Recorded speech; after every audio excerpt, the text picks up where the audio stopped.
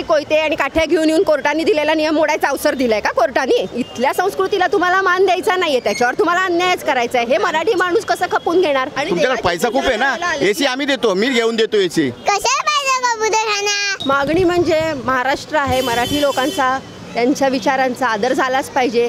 प्रत्येक वेळी तुम्हाला प्रॉब्लेम मराठी लोकांचाच कसा होतो? मराठी मोर्चांवरच तुमची कशी बंदी येते? प्रश्न कबुतरांचा आहे ना. प्रश्न कबुतरांचा आहे.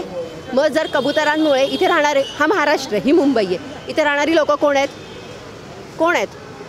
आम एरिया तर मोस्टली जैन मारवाडी डॉमिनेट. तुम्हाला असं म्हणायचं आहे की दादरमध्ये दुसरी लोक जास्त आहेत असं तुम्हाला म्हणायचं आहे का? तुम्हाला म्हणायचं आहे का मराठी लोकांचं दादर नाही आहे? ते दादरमध्ये उलट सर्वात जास्त मराठी लोक आहेत. मला वाटतं तुम्हाला थोडंसं नॉलेज कमी असावं. जैन गुजराती इथे कुठे असतील? इथे जैन मंदिर आहे म्हणजे असं झालं की इथे आजूबाजूला जैनच लोक राहतात, गुजराती राहतात. त्याचं बोलणं असं आहे की इकडचे जो स्थानिक आहेत त्यांना काही प्रॉब्लेम नाही आहे, त्यांनी काही केस केलं नाही. किती जण स्थानिकांना तुम्ही विचारलं? सगळ्यांचं हे मत नाही आहे. एकाचं मत म्हणजे तुम्ही 10 लोकांचं मत नाही म्हणू शकत. असे कितीतरी जण आहेत की ज्यांना त्रास होतो आणि ह्या महाराष्ट्राचा भाग आहे. हा जर घाण करणार तर मराठी माणूस बोलणार.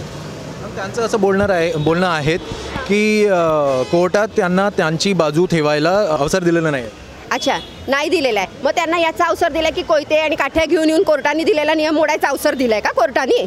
आणि आज तर काय ते बंद केलं तर टेरेसवर टाकतायत खाद्य कबुतरांना. कोर्टाला मानायचंच नाहीये ना, म्हणून तुम्ही इथे तिथे कुठे का होईना घाण करणार, गाड्या लावून घाण करणार. तुम्ही महाराष्ट्रात राहतात, मुंबईत राहतायत, इकडचा तुम्हाला पैसा पाहिजे पण मराठी माणूस नकोय. इकडचं सगळं हवंय पण मराठी माणूस नकोय. म्हणजे मुठभर मतांसाठी आपलं सरकार पण त्यांचं ऐकतंय. काय लोकांचं असं बोलणं आहे की महानगरपालिकेचं निवडणूक येत आहे म्हणून हे सगळं चाललेलं आहे. असं काही नाही, आम्हाला नाही वाटत असं. जर हे असं असतं तर आता जे वारंवार घडणाऱ्या घटना आहेत, मग ते मीरा भाईंदर असो, निवडणुकी होत असतात. हे 4-5 वर्षात जास्त झालेलं आहे बीजेपी सरकार आल्यापासून. यांना वाटतं हे आमचं सरकार आहे असं वाटते, बाकी काही नाही आहे. त्यांचं बोलणं असं आहे की बीजेपी त्यांच्यावर सक्ती करत आहे. काय सक्ती केली? आता तुम्ही इथे बघताय, आपण सकाळपासून बघतोय कुणाला धरपकड केली, कुणाला पकडून नेताय. त्या दिवशी कुणालाही हात लावला नाही आहे, पोलिसांनी नाही लावलाय ना कुणी लावलाय. तुम्ही पण होतात त्या दिवशी. त्यांचं असं बोलणं होतं की त्या दिवशी ते आंदोलन झालं होतं तर स्वयंस्फूर्त होतं. ते राहतोय, आमचं जन्म इकडचा, आमचं सर्व इकडचं, आमची माती हीच आहे. आम्ही बाहेरून आलो नाहीच आहेत.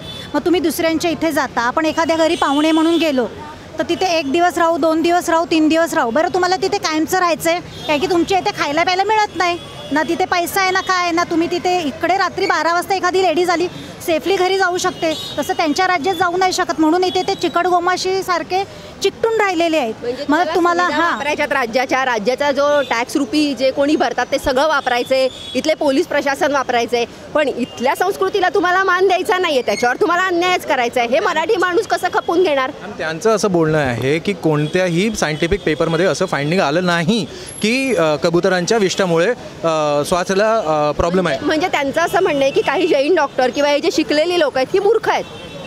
म्हणजे असंच झालं ना, कारण त्यांनी जाळ्या का लावल्यात आणि बोलतात फॅन आहे. एवढे मोठे पैसेवाले तुम्ही एसी लावून घ्या ना. फॅनलाही जाळे लावू शकतो. तुम्हाला फॅन लावायचे आहेत ना, आता असे फॅन असतात त्यालाही जाळे लावू शकता. त्याला जाळ्या असतात. फॅन नको ना, तुमच्याकडे पैसा खूप आहे ना, एसी आम्ही देतो, मी घेऊन देतो एसी, मी घेऊन देतो. माझी मुलगी बोलणार आहे, बोल. मी आणि मला काहीतरी बोलायचं आहे. कशा पाहिजे कबूतरखाना? अगर कोणा कबूतरखाना पाहिजे असेल तर आपापल्या घरी घेऊन जावा. बाकीचे जे आहे ते आपल्या मंदिरात ठेवा. जय हिंद, जय महाराष्ट्र, जय श्रीराम. बरोबर बोलली ती. एवढीशी लहान मुलीला समजतंय पण कळतं तर मग काय.